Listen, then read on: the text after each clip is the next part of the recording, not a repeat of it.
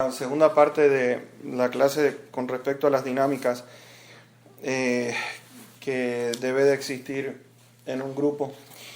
Y vamos a mirar, por ejemplo, algo que, para acordarnos un poquitito por qué es que estamos hablando de dinámica. Dinámica es aquel estudio de la relación entre un grupo, el movimiento que va a producir. Y una de las cosas que vemos, por ejemplo, en la dinámica, siendo aquello cuando Dios nos llama a estar liderando o sirviendo, vamos a observar algunos puntos muy importantes con respecto al Señor Jesucristo. Porque el Señor Jesús es nuestro ejemplo, tiene que ser nuestro ejemplo en todo momento. Y cuando nosotros miramos, por ejemplo, la manera como Cristo se relacionó con sus discípulos, nos estábamos hablando la clase anterior que el Señor Jesús tuvo a 12 y cada uno tenía una característica, una personalidad bastante, algunos dóciles, algunos con un carácter fuerte, y el Señor tuvo que tratar con ese grupo. O sea, vamos a observar que el Señor, de acuerdo a lo que nos dice en los evangelios, sobre todo creo que en Marcos, que dice que Él tenía un grupo grande de discípulos. De entre ese grupo grande, Él escoge a 12. Y ustedes se van a dar cuenta que Él se pasó la noche orando antes de escoger a este grupo. Estuvo orando la noche entera. Y entonces después dice que escogió a 12. Ahora, en esto que vemos con respecto a la persona de nuestro Señor Jesucristo, vamos a encontrar esto. El éxito que tuvieron los apóstoles es el resultado directo del trabajo de Jesús en sus vidas y la habilidad de Jesús de cómo liderarlos, cómo encaminarlos. ¿Me entienden? Tenemos que entonces observar que el trabajo directo del Señor en la vida de estos hombres, la habilidad que Él tuvo, cómo dirigirlos, tiene que ser nuestro ejemplo, tiene que ser nuestra meta de cómo trabajar con un grupo de personas para que todos podamos obtener los resultados, el movimiento que empieza a producir cuando un grupo está trabajando juntos.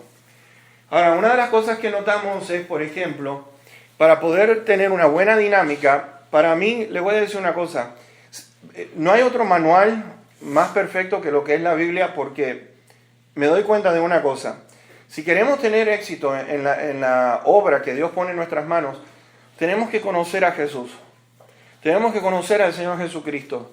Tenemos que conocer cómo trabajó Él entre ese grupo, cómo trabajó con la gente de afuera.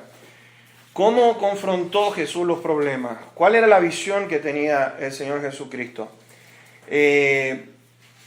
Fíjense en que conocer la obra que tenía que hacer el Señor es algo que nosotros entonces tenemos que entender, que si queremos ser seguidores del Señor y ser un buen ejemplo a los demás, es conocer la obra que tenemos que hacer nosotros.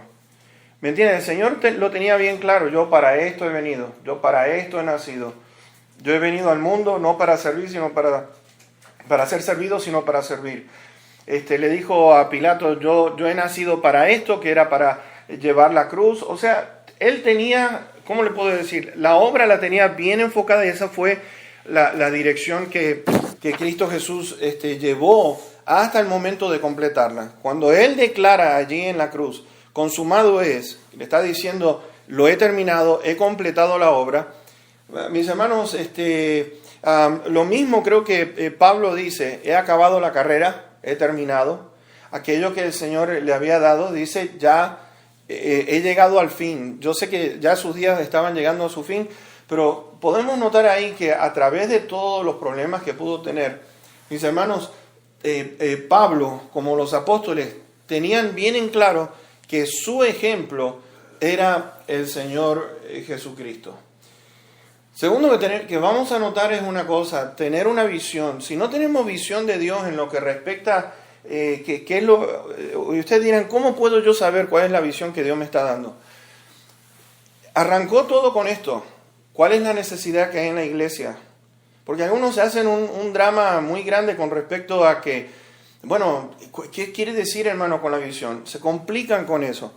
Y la visión simplemente no es solamente tener, qué sé yo, visiones especiales, que uno ve imágenes o escucha algo, la mayoría están todos enfocados en ese punto. Pero tener una visión, es decir, un ejemplo, yo apenas los veo bien cuando me quito los anteojos, ¿no es cierto? Veo turbio. Pero en el momento que yo me pongo los anteojos, empiezo a ver bien claro. Entonces, cuando nosotros tenemos una clara visión o sea, cuál es la necesidad, qué es lo que Dios está poniendo, la carga que Dios está poniendo en mi corazón, mis hermanos, ahí arranca la visión de Dios en nuestras vidas. ¿Me entienden? Empezamos a mirar, bueno, el Señor me está poniendo esto en mi corazón, me siento intranquilo, me siento intranquila porque veo que esto es lo que se tiene que lograr, esto es lo que necesitamos en el trabajo, en la obra. Y entonces, ¿qué sucede? Al tener esa visión, comenzamos a tener una dirección hacia dónde vamos a ir. ¿Cuáles son los logros que queremos tener? Y todos los logros, todas las metas, como le digo, tienen que estar enfocados en lo que el Señor quiere, que es hacer discípulos en todo el mundo. La meta del Padre, ¿cuál es? De que seamos conformados a la imagen y semejanza de nuestro Señor Jesucristo. Entonces, fíjense que esa visión, y esto es el segundo punto dentro del punto 2, al tener una visión es esta. Hay muchas veces que nosotros pensamos, si no tenemos un grupo grande, entonces no sirve. Pero el asunto está de que, mis hermanos, Cristo comenzó con 12. Y fíjense que dedicó de su tiempo 3 años y medio con ese grupo, los entrenó, los pulió, y después, vean ustedes, el trabajo de ese grupo de 12 comenzó a esparcirse por todo el mundo. Se comienza a esparcir por todo el mundo. Los 12 apóstoles fueron el punto de partida del Señor Jesucristo. Entonces, esa visión tiene que ser clara. O sea, ¿por qué no juntó a todo ese grupo de discípulos que él tenía? ¿Por qué escogió a 12 nada más? Entonces podemos notar una cosa, el número no es lo más importante, sino que el número que nosotros podamos tener algo pequeño, y de ahí entonces arrancamos para empezar a abarcar bastante. Muchos de nosotros estamos queriendo como decir, no, que necesito un grupo grande, que esto y lo otro. Y te voy a decir una cosa, todo comienza por algo pequeñito. ¿Sí, hermanito? Como dice, que mucho abarca, poco aprieta. El Señor sabiamente dice 12. Sí, y empezó de a 12, fíjense que después le dio el trabajo de 2 en 2. Incluso cuando fueron los 70, ¿se acuerdan ustedes? También fueron de 2 en 2. Él lo que quería era ir trabajando con ese grupito para poder enseñarles bien, ser un buen maestro. El tercer punto, ser un buen maestro quiere decir cómo estoy comunicando la visión que Dios ha puesto en mi corazón. Vuelvo a repetir, la visión está basada en lo que es la necesidad que nosotros podemos ver dentro de la iglesia. ¿Me entienden? ¿Por qué? Porque empezamos a mirar y a decir, esto es lo que Dios está poniendo en mi corazón. ¿Me entienden? Ser un buen maestro de cómo comunicar esa visión. Y en este punto que vamos a ver ahora, cómo trabajar hacia la unidad, en lo que respecta a las dinámicas que existen o tiene que existir en un grupo, vamos a ver aquello que trae problemas dentro de una unidad en una iglesia. Lo mismo sucede en alguna corporación, en algún negocio. Si no existe unidad, mis hermanos, ¿saben qué? No vamos a llegar a nada. Ahora, habíamos visto en el capítulo 17 de Juan, ¿se acuerdan ustedes? Vimos allí el deseo de nuestro Señor. Quiero que lo leamos porque es muy importante, como les digo.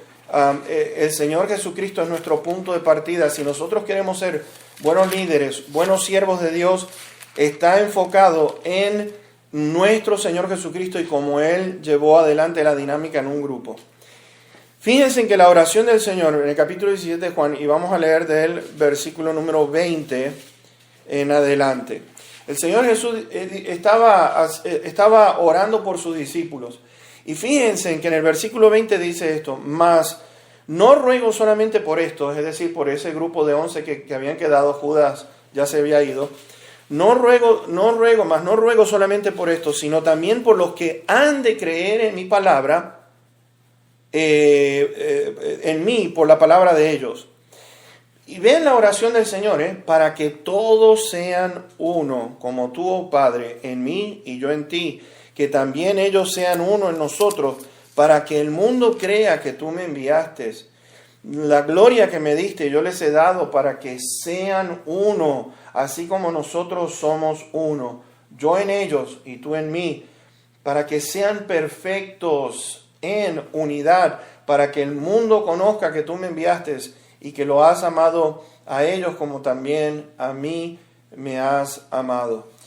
Fíjense en la oración del Señor Jesucristo, que sean perfectos en unidad, que sean sean uno como el Padre y el Hijo son uno. Y cómo trabaja el Señor Jesús a través de los mandatos del Señor Jesús, los mandatos del Padre en la vida del Señor Jesús, podemos verlo vez tras vez. Lo que el Padre me ha dicho, eso es lo que les comparto. Lo que he visto hacer al Padre, eso es lo que yo estoy haciendo exactamente. Ahora, vamos a encontrar problemas cuando estamos hablando de dinámicas en la relación. ¿Cuáles son esos problemas? Bueno, yo les quiero compartir algo en el cual sinceramente considero que si no trabajamos a favor de lo que es la unidad dentro de un grupo y ponemos nuestras diferencias de lado, y de mirar qué es lo que el Señor desea, cómo podemos realizar el trabajo para que la obra se pueda completar y podamos decir estamos encaminados en lo que Dios nos está diciendo, vamos a ver cuáles son problemitas que tenemos que evitar y por los cuales tenemos que luchar. Así que vamos a ir a Mateo en el capítulo 20, Mateo 20 y versículo número 21. Mateo 20 y versículo 21. A todo esto, acuérdense, la madre de Juan y de Jacobo vinieron delante del Señor. Ahora, fíjense en esto. El problema grave que había en estos discípulos. ¿Qué dice allí? Él le dijo, ¿qué quieres? Porque le estaba pidiendo algo al Señor. Ella le dijo, fíjense en las palabras de esta mujer, ordena que en tu reino se sienten estos dos hijos míos, el uno a tu derecha y el otro a la izquierda. El uno a la derecha y el otro a tu izquierda. Ordena. ¿Cuál fue el resultado? ¿Qué es lo que produjo en los discípulos? Vean el versículo 24. Cuando los 10 oyeron esto, se enojaron contra los dos hermanos.